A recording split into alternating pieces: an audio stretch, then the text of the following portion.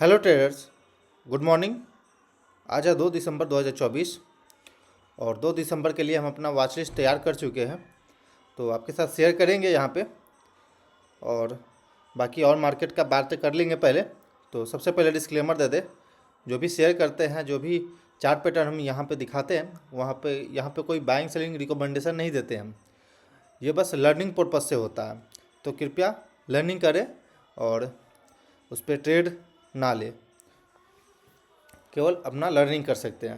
तो ट्रेडर्स, चलिए बात कर लेते हैं पहले।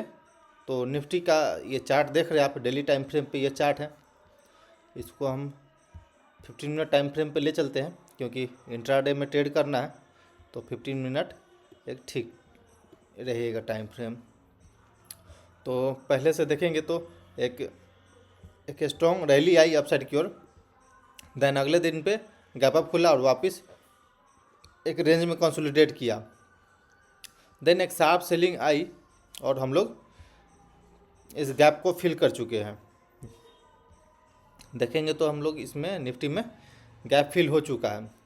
वापस एक रिट्रेसमेंट बोल सकते हैं कि रिट्रेसमेंट आई और अपने जो ये पहले सपोर्ट का काम कर रहा था, यहाँ पे अब रेजिस्टेंस का काम करेगा और रेजिस्टेंस टेस्ट करने गया। और आई थिंक आपको पता होगा कि कल यानी परसों 29 तारीख को जीडीपी डाटा आया था। तो जीडीपी में हर एक quarter by quarter down side की ओर हम लोग सीधे लोअर लेवल पे आ चुके हैं। तो आई थिंक ये न्यूज फ्लो चल रहा है मार्केट में। तो आई थिंक कि एक पैनिक सेलिंग हो सकता है मार्केट में। ये चीज़ हम लोग को देखने को मिल सकता है आज मार्केट में। उसके वजह से तो हम लोग को ज़्यादा पैनिक नहीं करना है। अगर मान लीजिए कि मार्केट गिरता है तो एक तो स्ट्रॉन्ग यहाँ बाइंग दिख रही है। अगर वापस हम लोग गिर के इधर कहीं आते हैं आज के दिन पे, या फिर इधर कहीं आते हैं, तो ये भी एक सपोर्ट लेवल का काम करेगा, क्योंकि पहले रेजिस्टेंस फेस करता था लेकिन अब यहाँ पे सपोर्ट काम करेगा। तो पैनिक नहीं करना है। और आई थिंक कि इंट्राडे में हमें सपोर्ट के पास बाइंग करना एक ठीक ठाक डिसीजन हो सकता है, क्योंकि इतना भी पैनिक नहीं होना है। और कभी भी अगर प्राइस जो है अनकंफर्टेबल जोन में आता है, क्योंकि यहाँ पे बाइंग हुआ है, एक स्ट्रॉन्ग बाइंग हुआ है, देन वापस हम लोग इस लेवल पे आएंगे, इस लेवल पे आएंगे, तो ज़रूर है कि यहाँ से बाइंग आएगा, बाउंस बैक आएगा, रिट्रेसमेंट आएगी अपसाइड की ओर, सपोर्ट लेने का कोशिश करिएगा। तो हमको ऐसे ऐसे जगह पे कुछ स्टॉक में जो है बाइंग साइड का देखना होगा, क्योंकि यहाँ पे अगर हो सकता है तो पैनिक सेलिंग हो सकता है। जिस हिसाब से डाटा है उस हिसाब से पैनिक सेलिंग होने का हाई चांस रहेगा। तो हमें घबराना नहीं है और सिंपल वेट करना है 10 बजे तक, उसके बाद ही कुछ प्लानिंग करना है। जैसा कि देखेंगे निफ्टी बैंक में भी, तो निफ्टी बैंक में ये अपना गैप अभी फिल नहीं किया है। तो अभी जब भी यह गैप फिल करने जाएगा तो हो सकता है कि बाइंग आ जाए या फिर रिट्रेसमेंट आ जाए, जिस प्रकार निफ्टी में हुआ था। तो मोस्ट ऑफ द चार्ट में देखेंगे तो सेम सिचुएशन है अभी निफ्टी 500 और निफ्टी टोटल मार्केट में भी यही सिचुएशन है। तो हम लोग को पैनिक नहीं करना है। नीचे बाइंग स्ट्रॉन्ग दिख रही है और गैप अप भी दिख रही है, तो इसमें आई थिंक कि बाइंग होना चाहिए, डीप पर बाइंग होना चाहिए। तो हमें इंट्राडे में चलिए चार्ट पैटर्न ने जो निकाला है उस पर बातें कर लेते हैं। तो सिंपल बात है कि ओवरऑल मार्केट में सपोर्ट लेने का कोशिश करेगा डाउन साइड की ओर से। हमें पैनिक नहीं होना है, सिंपली हमको हैंडल करना है। जैसे कि ये स्टॉक है, ठीक है, सपोर्ट से बाइंग आ रहा, सपोर्ट से बाइंग आ रहा, फिर अपसाइड ब्रेकआउट दिया, देन हो सकता है कि एक बार हमको ये रीटेस्ट करने मिल जाए। तो फिर इधर कहीं हम इसमें जब जब देख रहे हैं कि बाइंग स्ट्रॉन्ग दिख रहा है, तो हो सकता है कि अपने सपोर्ट लेवल के पास 10 बजे 10:30 बजे तक इसमें कंसोलिडेट करे, वापस से एक जब अपसाइड की ओर से मार्केट थोड़ा सा बाउंस बैक ले तो ये स्टॉक अपसाइड की ओर निकल सकता है। जो स्ट्रॉन्ग स्टॉक होगा उसमें बाइंग आने की हाई चांस रहती है। तो इसमें चार्ट पैटर्न देख ले आप क्या बन रहा है। ये तो पहले दे चुका है कल के दिन पे। अगर कल के दिन पे जो मार्केट में ब्रेकआउट आई, अगर इधर कहीं कंसोलिडेट करता तो फिर हम लोग के लिए अच्छा था ट्रेड में इंटर करना। कि वुमेंस इंडिया है। इसमें भी देखेंगे तो एक कल के दिन पे ही हमने शेयर किया था, बट उसमें कुछ परफॉर्मेंस नहीं हुई। आज के दिन वापस हमने इसे सिलेक्ट किया है, तो इसमें ऐसा चार्ट पैटर्न बन रहा है, ट्रायंगल चार्ट पैटर्न बन रहा है। तो यदि अपसाइड की ओर मूवमेंट आता है तो अपसाइड की ओर भी जा सकते हैं, और डाउन साइड की ओर मूवमेंट आता है तो डाउन साइड की ओर भी जा सकते हैं। लेकिन हमको फोमो में नहीं आना है। लगभग 10 बजे तक आराम से सिंपल वेट करना है। 10 बजे के बाद कहीं भी आपको अच्छा रिस्क रिवार्ड के साथ कोई ट्रेड मिले तो बिल्कुल इंटर करना है, पैनिक नहीं करना है, मतलब धक्का मुक्की नहीं करना है ट्रेड में इंटर करने से पहले। ये है ओवर रियलिटी का चार्ट।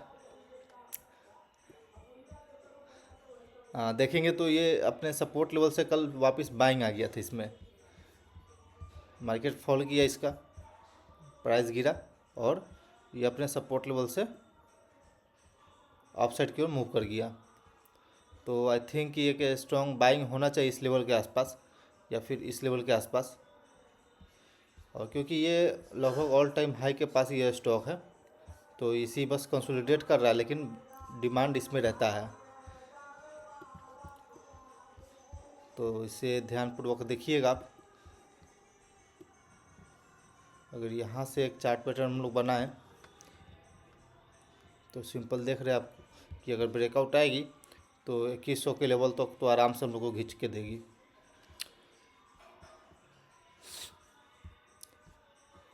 तो फोकस रहेगा इस सब चार्ट पैटर्न पे, क्योंकि हाई प्रोबेबिलिटी वाला चार्ट है ये। टाटा मोटर देखेंगे तो रेजिस्टेंस के पास से सेलिंग आ रहा है और एक ब्रेकडाउन आ चुका था, देन वापस ये अपने रेजिस्टेंस के पास आ चुका है। तो ये देख रहे हैं कि ये कैंडल बना है, लॉन्ग वीक कैंडल है, देन वापस बहुत सारा वीक दिख रही है। अगर नीचे के लेवल पे सस्टेन करता है तो हो सकता है कि 760 के लिए हम लोग को दिख जाए आराम से।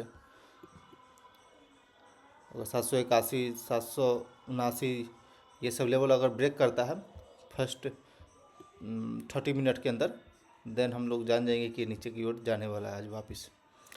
एनटीपीसी देखेंगे तो एनटीपीसी में ये ब्रेकडाउन जैसा सिचुएशन बन रहा है, और ब्रेकडाउन देने के बाद ये कंसोलिडेट किया तो अच्छी बात है।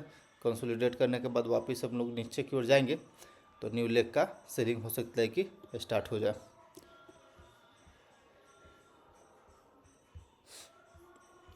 ये महिंद्रा एंड महिंद्रा का चार्ट पैटर्न है।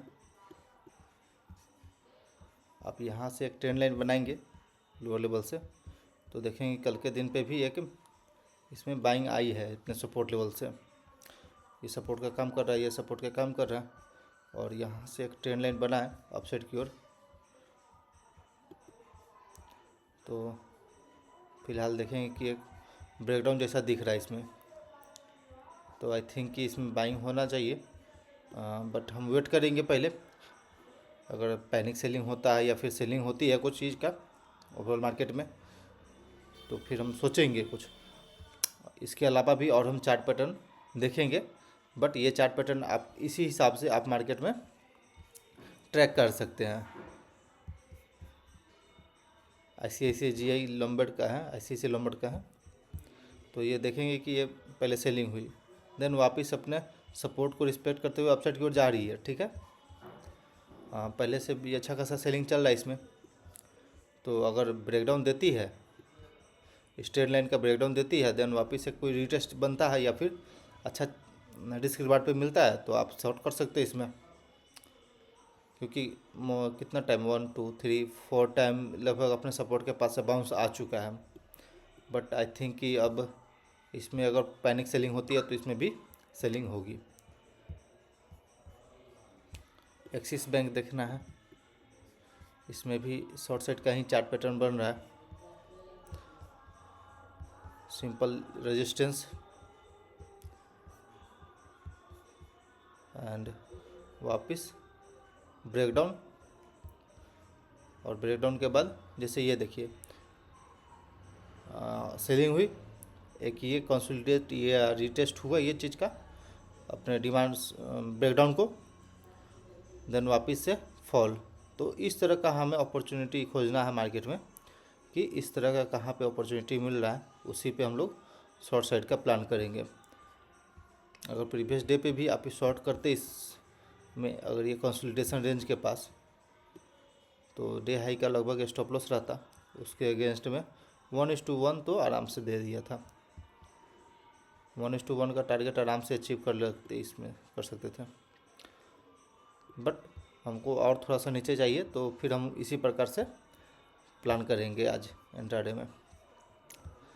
वेदांता देख लेंगे।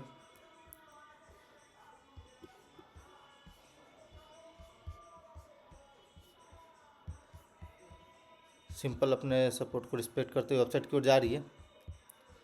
तो इसमें दो सिनारियो बनता है कि अगर सपोर्ट के पास आकर के वापस एक बाइंग जैसा दिखेगा, कोई बाइंग जैसा कैंडल दिखेगा, स्ट्रॉन्ग कैंडल दिखता है, अपसाइड की ओर निकल जाती है, जैसे ये है। कहने का मतलब है कि जैसे ये स्ट्रॉन्ग कैंडल दिखी, देन वापस ये छोटा छोटा कैंडल बनाकर रिट्रेसमेंट आ रही है, तो अगर यहाँ पे कंसोलिडेट करता है ये, देन हम लोग बाइंग साइड जा सकते हैं आराम से। तो इस प्रकार से हम लोग को प्लानिंग करना होता है। अगर इसके लेवल के नीचे, ये लेवल के नीचे 449 के नीचे आकर ट्रेड करने लगेगा, कोई कंसोलिडेशन रेंज बनाएगा 5 मिनट का, 3 मिनट का, कोई ऐसा कैंडल बनाएगा शॉर्ट साइड का, तो जिस पे आप ट्रेड मेंटेन कर सकते हैं।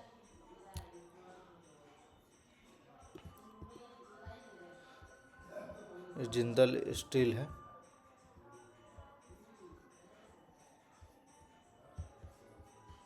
यहाँ से नहीं, यहाँ से।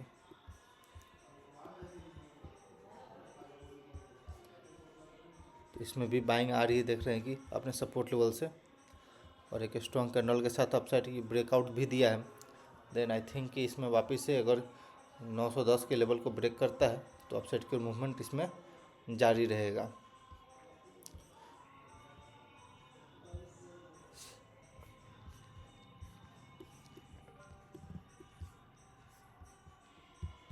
ओके ट्रेडर्स, इतना सारा हम चार्ट पैटर्न आपको बता दिया।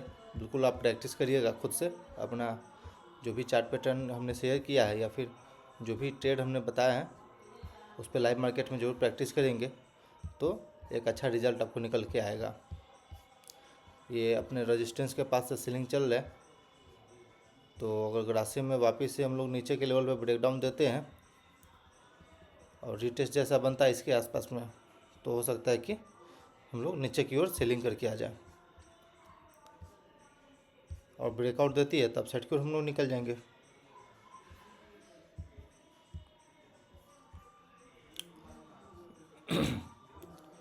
ये परसिस्टेंट सिस्टम का ये चार्ट पैटर्न है।